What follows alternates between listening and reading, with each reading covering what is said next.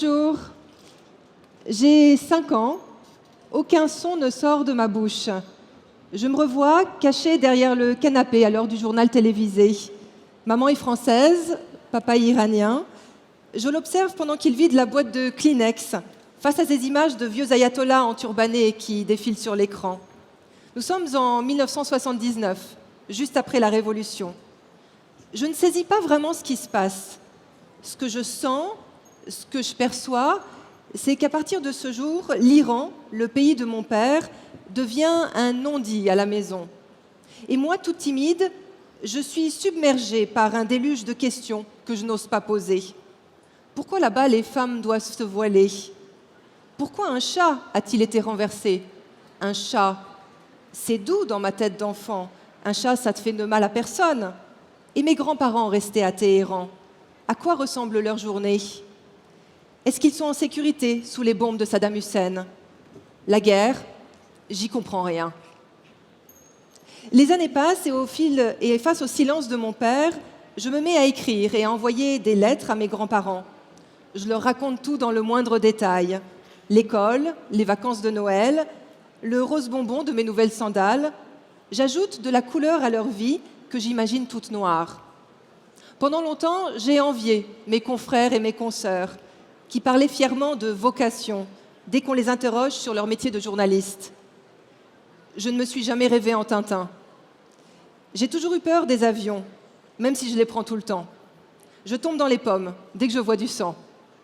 Reporter, je le suis devenu par hasard, en 1997. Cette année-là, mon grand-père iranien arrive en urgence à Paris pour se faire opérer du cœur. Au bout de quelques semaines, il meurt à l'hôpital, loin de son pays. Sa mort est un catalyseur. Avant de s'éteindre, il m'a laissé un poème de Hafez, le grand poète persan du XIVe siècle. Un poème qui parle d'une vague qu'il ne faut pas avoir peur de dépasser. Alors c'est le déclic, je veux rattraper le temps perdu. Je veux sonder ma moitié iranienne, ma moitié invisible.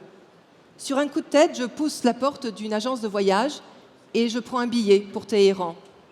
Je pensais y rester 10 jours et finalement, mon voyage a duré 10 ans. Et depuis, il ne cesse de se prolonger. À Kaboul, à Bagdad, à Beyrouth, au Caire, et puis depuis 2015, à Istanbul, où j'habite. Et cela fait maintenant un quart de siècle que je saute d'une vague à l'autre. La crise du nucléaire iranien, l'après-11 septembre, la guerre en Afghanistan, en Irak, les attentats de Daesh, les révolutions du printemps arabe, le conflit syrien, le drame des réfugiés, les bateaux qui coulent en Méditerranée. Mais quand d'autres fuient cette région, j'en ai fait ma maison. Et c'est cela, je crois, ma fierté. Rester quand tout le monde s'en va, rester pour témoigner, pour ériger des ponts face au mur de la désinformation. J'aime prendre mes lecteurs par la main. Pour moi, rien n'est anodin dans un reportage. La pâleur d'un visage, l'odeur de la poudre d'explosifs, la cicatrice cachée sous une manche, l'écho d'un rire, le blanc entre les phrases.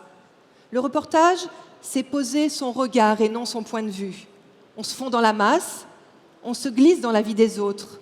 Loin du spectaculaire, on côtoie le drame, l'émotion. Souvent, on imagine à tort le journaliste comme un super-héros en Rangers avec des lunettes de soleil, ou bien comme l'agent d'un grand complot. Non, le journaliste, c'est souvent celui que vous voyez accroupi dans un coin près d'un mur, celui qui observe le brouhaha, celui qui regarde le monde avec un microscope au lieu d'utiliser une longue vue. Je me définis comme un passe-muraille. Mon métier, c'est raconter la vie ordinaire de personnes confrontées à des situations extraordinaires. Je ne suis pas magicienne, mais je suis fière de pouvoir rendre visible l'invisible.